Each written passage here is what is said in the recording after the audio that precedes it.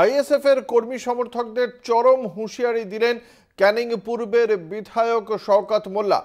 ভাঙড়ে গত শুক্রবার দিন আইএসএফ এর কর্মী সমর্থকরা তৃণমূল কংগ্রেসের উপর হামলা চালায় এবং সেই হামলার ঘটনায় আইএসএফ এর দিকে অভিযোগ করে তৃণমূল কংগ্রেস। আজকে সেই তৃণমূল কংগ্রেস কর্মীদের উদ্দেশ্যে বার্তা দিতে গিয়ে সরাসরি প্রশাসন শাস্তি না দিলে জনগণের হাতে শাস্তি পাবেন আইএসএফ, এমনটাই হুঁশিয়ারি দিয়েছেন শওকত মোল্লা। কি বলেছেন ক্যানিং পূর্বের বিধায়ক আমরা শোনাবো। তাদের যে দৃষ্টান্তমূলক শাস্তি যদি প্রশাসন না করে, ওদের শাস্তি কিন্তু এখানকার জনগণের দ্বারা পেতে হবে। এটা যেন মাথায় থাকে ওদের বাঁচাতে কেউ পারবে না। এটুকু বাঁচাতে পারে এই নয়, বদলার মাটিতে বাস করা ওদের জিনে হারাম করে দেবো, এটা আমি দায়িত্ব নিয়ে আগে বললাম। প্রশাসনকে বলেছি এর আগে বেশ কয়েকবার ভাঙড়ের 7-7টা খুন আমার নিজের বিধানসভা এলাকায় একটার পর একটা ঘটনা ওরা ঘটিয়েছে এবং গত পরশুদিন একেবারে দিনের বেলায় আমাদের দুজন ব্লক কমিটির সদস্য চুরমান মোল্লা এবং তার ভাইকে গুলি করেছে এবং সেই সঙ্গে সঙ্গে তাদেরকে এলোপাতাড়ি কোপানো হয়েছে। তারা এখন মৃত্যুর সঙ্গে পাঞ্জা লড়ছে।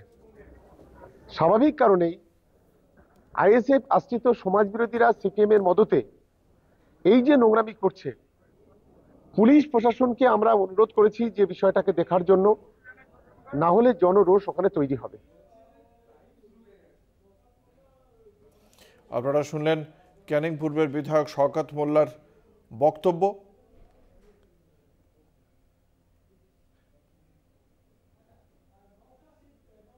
এই মুহূর্তে আমাদের সঙ্গে টেলিফোন লাইনে রয়েছেন আইএসএফ এর বিধায়ক নওশাদ সিদ্দিকী। প্রথমেই আপনাকে কলকাতা টিভির পক্ষ থেকে স্বাগত জানাই।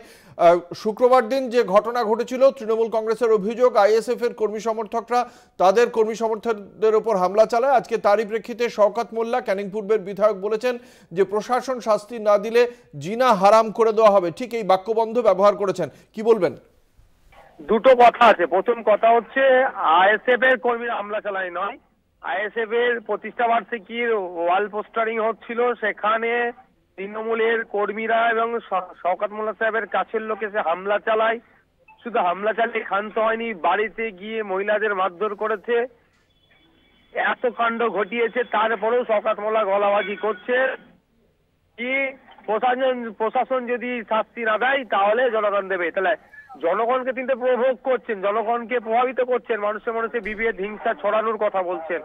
প্রশাসন দেখি তার বিরুদ্ধে কি ব্যবস্থা গ্রহণ করেন। যদি না ব্যবস্থা গ্রহণ করে অবশ্যই আমরা বিচার ব্যবস্থার দ্বারস্থ হবো, আইনের দ্বারস্থ হবো। এ ধরনের অবাঞ্ছিত মন্তব্য কোনোদিন আশা করা যায় না। তবে আমাদের বৃথা হবে শওকত মোল্লার কাছ থেকে সাহেবের কাছ থেকে ভালো কিছু আশা করা। কারণ ন্যাশনাল হিউম্যান রাইটস কমিশন যাকে নটোরিয়াস ক্রিমিনাল বলেছে, মমতা ব্যানার্জি যাকে বলেছে তুই বোমবাদী, সেই আজকে তৃণমূল কংগ্রেসের অ্যাসেট। তারা তৃণমূল কংগ্রেসের স্ট্রাইকার। ফলে আজকে এদের জন্য আমাদের এই দিন দেখতে হচ্ছে অবাঞ্ছিত সমাজ শব্দ এরা ব্যবহার করছে। আপনারা কি তাহলে পাল্টা লড়াইয়ের পথেই হাঁটবেন? দেখুন, আমরা আইনি আইনকে মান্যতা দিই, গণতন্ত্রকে মান্যতা দিই, বিচার ব্যবস্থার প্রতি আস্থা আছে আমাদের। আমরা আইনি লড়াইয়ে লড়বো। ওরা হাতে বোমগুলি পিস্তল থাকতে পারে, আমাদের হাতে পেন থাকবে। সেদিন কি আইএসএফ এর কর্মীরা তৃণমূল কংগ্রেসের কর্মীদের মেরেছিল, যেটা অভিযোগ তৃণমূলের? দেখুন, আমি আপনাকে আবার বলি, আমাদের কর্মীরা বেশিও ছিল না, 2-3 জন ছিল যারা দেওয়ালে পোস্টার লাগাচ্ছিল 21শে জানুয়ারি আমাদের প্রোগ্রামের উদ্দেশ্যে। সেখানে এসে তৃণমূল কংগ্রেস আমাদের কর্মীদের মারধর করে ক্ষান্ত হয়নি, বাড়ি গিয়ে মারধর করে। যখন মহিলাদের উপরে চড়াও হয় তখন মহিলারা রুখে দাঁড়ানোর চেষ্টা করেছে, আত্মরক্ষা করার চেষ্টা করেছে। সূত্রপাত তো তৃণমূল কংগ্রেস করেছে। আপনি বলুন, স্বাধীন দেশে কেন একটা অন্য দলের যার রাজ্য স্তরে প্রতিষ্ঠা দিবসে ডিস্টার্ব করছে কেন? 21শে জুলাই তো তৃণমূল কংগ্রেসের প্রতিষ্ঠা, কলকাতার ওরা ডাক দেয়। কেউ তো বিরোধিতা, জানুয়ারি তৃণমূল কংগ্রেসের প্রতিষ্ঠা দিবস হয়, কোন দেখতে পেয়েছেন কেউ তাদের বিরোধিতা করছে? কিন্তু অন্য দল যখন করতে যাচ্ছে, আইএসএফ যখন 21শে জানুয়ারি প্রতিষ্ঠা দিবস উদযাপন করতে যাচ্ছে, যেভাবে হামলার সম্মুখীন হচ্ছে, গতকালকে ভাঙড়ে কৃষ্ণমাটির এখানে গুলি চালিয়েছে, আমাদের কর্মীদের মারধর করেছে। আপনি বলুন এগুলো কি হচ্ছে? বাংলায় গণতন্ত্র আছে কোথায়, কোন জায়গায় পৌঁছেছে? এই ঘটনাগুলো চোখে আঙুল দিয়ে দেখিয়ে দিচ্ছে। অসংখ্য ধন্যবাদ। আমরা কথা বলছিলাম আইএসএফ এর বিধায়ক নওশাদ সিদ্দিকীর সঙ্গে। কি বলেছেন ক্যানিং পূর্বের বিধায়ক শওকত মোল্লা, আমরা আরো একবার শোনাবো দর্শকদের।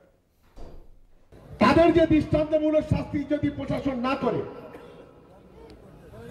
ওদের শাস্তি কিন্তু এখানকার জনগণের দ্বারা পেতে হবে। এটা যেন মাথায় থাকে ওদের। ওদের বাঁচাতে কেউ পারবে না, এটুকু বাঁচাতে পারে এই নয়, বদলার মাটিতে বাস করা ওদের জিনে হারাম করে দেবো। এটা আমি দায়িত্ব নিয়ে আগে বলে প্রশাসনকে বলেছি এর আগে বেশ কয়েকবার ভাঙড়ের 7-7টা খুন আমার নিজের বিধানসভা এলাকায় একটার পর একটা ঘটনা ওরা ঘটিয়েছে। এবং গত পরশুদিন একেবারে দিনের বেলায় আমাদের দুজন ব্লক কমিটির সদস্য সুরমান মোল্লা এবং তার ভাইকে গুলি করেছে, এবং সেই সঙ্গে সঙ্গে তাদেরকে এলোপাতাড়ি কোপানো হয়েছে। তারা এখন মৃত্যুর সঙ্গে পাঞ্জা লড়ছে। স্বাভাবিক কারণেই আইএসএফ আশ্রিত সমাজবিরোধীরা সিপিএম এর মদতে এই যে নোংরামি করছে, পুলিশ প্রশাসনকে আমরা অনুরোধ করেছি যে বিষয়টাকে দেখার জন্য, না হলে জনরোষ ওখানে তৈরি হবে।